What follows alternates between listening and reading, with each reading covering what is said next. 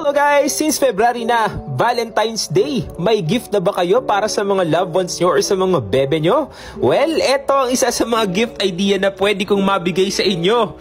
Ipabunot nyo yung ngipin nyo at gawin yung keychain. For sure, ma-appreciate yan ng bebe mo dahil personalized at galing talaga sa'yo. So, isa ito sa mga pwede ninyong i-consider just in case na wala kayong budget at masakit yung ngipin nyo. So, lalagyan natin siya ng chain para mailagay natin to sa ating mga bags, wallets, or pouches na mayroong zipper. So ayan, ina-attach siya natin yung ating gold chain. Talagang parang luxury na luxury, di ba?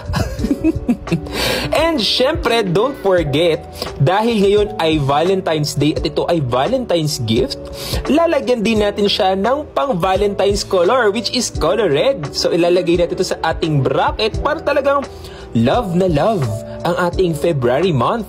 Ayan, so naka-red siya. And then, syempre, tingnan natin siya pag nakalagay na siya sa ating mga bag. So, ayan, ito na yung ating finished product.